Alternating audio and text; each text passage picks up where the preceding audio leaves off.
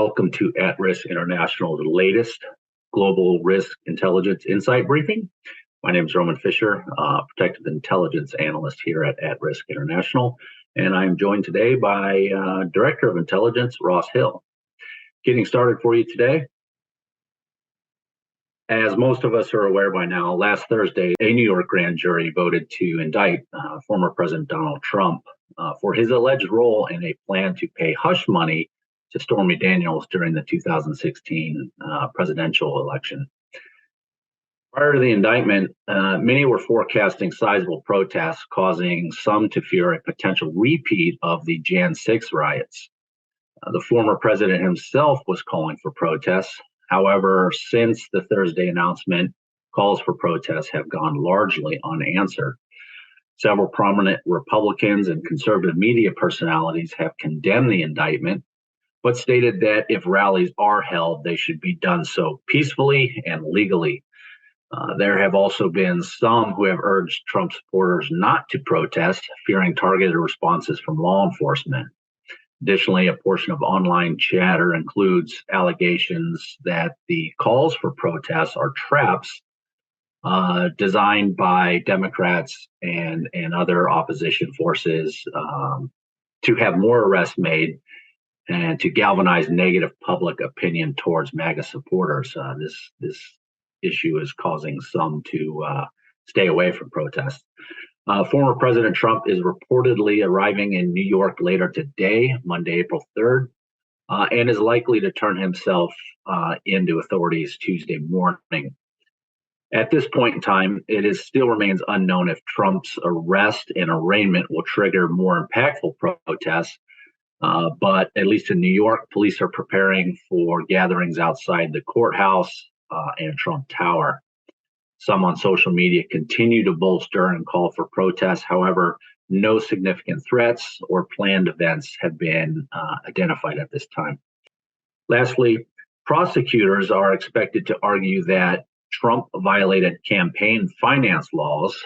Therefore, the charge of falsifying business records could be viewed as a felony, as it could have been done to cover up another crime. And then now let me pass it to Director of Intelligence, Ross Hill. Ross? Thanks, Roman. Our next one for you today is last week, Wall Street Journal journalist Evan Gershkovich was detained in Yekaterinburg, which is Russia's fourth largest city, detained by Russia's Federal Security Service, the FSB, who accuse him of trying to obtain classified information. Although under new laws for the FSB, this might just mean that he was actually collecting information from experts. It doesn't really have to be that classified or that sensitive now for the FSB to arrest somebody, although he was reportedly investigating the Wagner mercenary group that's been fighting in Ukraine, which probably is a sensitive subject, and reporting on anything like that in Russia now can be dangerous for journalists.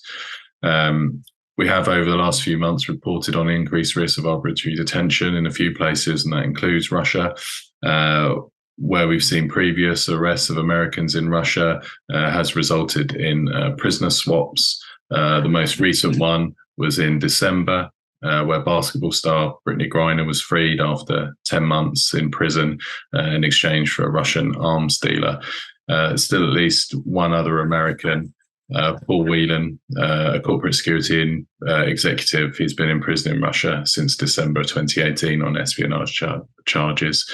However, Russia's saying it's too early in the process to talk about some kind of prisoner swap, but the incident does highlight the ongoing risks of detention in countries which are in competition with the United States.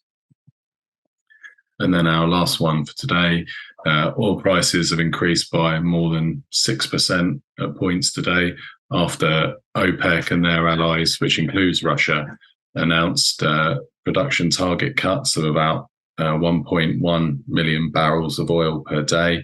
The cuts are going to start in May, probably go on through the rest of the year. The announcement was surprising. OPEC had kind of stuck with a consistent production kind of target for quite a while now. And it was also announced before their normal monthly meeting, which is also unusual. There's probably a few reasons for the cuts, but some seeing it as an indication of either a sort of impending recession or at least a drop in oil demand. So the cuts taken now to kind of offset any potential price decreases, which we're seeing the price of oil reduce a bit. Also, the announcement of the cuts outside of the actual official meeting means that they could probably be reintroduced in terms of increase in production fairly rapidly, but that will depend on kind of how things play out over the next few months or so. But high oil prices have been one of the causes of inflation that we've seen over the last year, 18 months or so. So there's some significant concern there, but oil prices also typically do weigh on the economy. So central banks are going to have a pretty tough task on setting interest rates in order to kind of keep inflation down, but not kind of place too much pressure on the economy. And when you look at the oil price, even though it's kind of increased substantially just in the last 24 hours, it's still about 2% lower year on year. We're also already seeing some forecasts, though, that are saying that the cuts might push oil prices towards that kind of $100 a barrel mark. And we know that has a really detrimental impact to both energy and food prices. You can see on the chart on the slide kind of how oil and food prices correlate. And we've already been in that period of prolonged increased food prices.